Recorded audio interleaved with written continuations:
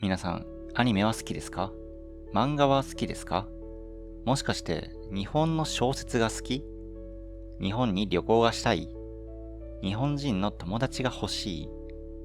でも日本語の勉強というか勉強は面倒ですよね。わかります。私も勉強は苦手。なので今回は最速でひらがなを覚える22の単語を用意しました。これさえ覚えればとりあえず日本語のひらがなはマスターできます。日本語にはカタカナや漢字もありますが、ひらがなはすべてのベース、基本ですね。避けては通れない道です。それでは行きましょう。その前に被っていたり、今回は覚えなくていいひらがなを表から消しましょう。それではどうぞ。まずは汗です。皆さんはどんな時に汗をかきますか？緊張した時や暑すぎる時など嫌な汗をかきますよね。どうせ汗をかくなら運動やスポーツをした時にかく気持ちいい汗をかきたいですよね。次は上です。方向を表す日本語は上、下、右、左など一気に覚えてしまいましょう。次は星ですね。願い事をするときに探す星です。流れる星に願いを言ってもだいたい間に合いませんけどね。次は過去です。もう終わったことや昔のことを言うときによく使います。反対の言葉は未来ですね。みんな過去には赤ちゃんでしたよね。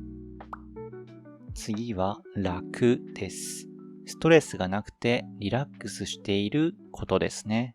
この動画で日本語も楽に覚えましょう。次は部屋。家の中にある自分だけの空間ですね。散らかっていても誰にも文句は言わせません。次は熱です。体の温度が上がっている病気の熱の時もあれば、好きな人や趣味にすごく集中している時にも何々に熱があるなどの言い方をします。次は見るです。何かを観察することですね。スマホを見ていると時間がすぐに過ぎてしまいます。不思議ですね。次は外です。家や建物の外側のことですね。反対の言葉は内です。次はお椀です。丸い形の食器のことです。日本ではこれによく味噌汁が入ってたりしますね。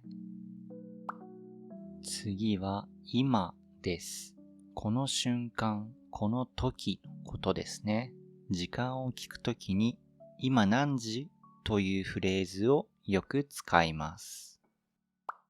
次は蜂です。蜂蜜を作ったり刺したりする小さな虫のことです。数字の8も同じ発音です。次は縦です。上から下への方向のことですね。反対の言葉は横です。次は布です。服やシーツなどを作る柔らかい素材ですね。こんな風に頭からかぶるとお化けみたいになりますね。次は森です。たくさんの木が生えている場所ですね。漢字で見ると木を3つ書くと森になります。面白いですね。次は好きです。何かが気に入っている、または誰かを愛している気持ちなどです。好きと言われると嬉しいですよね。次は酒です。大人になって初めて飲めます。飲みすぎると次の日が大変です。この子は今日はワインを飲んでいるのかな？次は何です。疑問があるときによく使います。何を買った？何を食べた？日本語の疑問がある人はいっぱい質問してください。次は風呂です。体を洗ったり温まったりする場所ですね。日本ではこのタイプの風呂が多いです。冬は特に気持ちがいいですよ。次は読むです。本や新聞などの文字を目で追って内容を理解することです。漫画を読むのもこれです。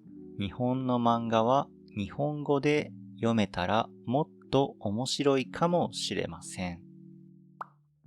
次は夢です。寝ている時に見るものですね。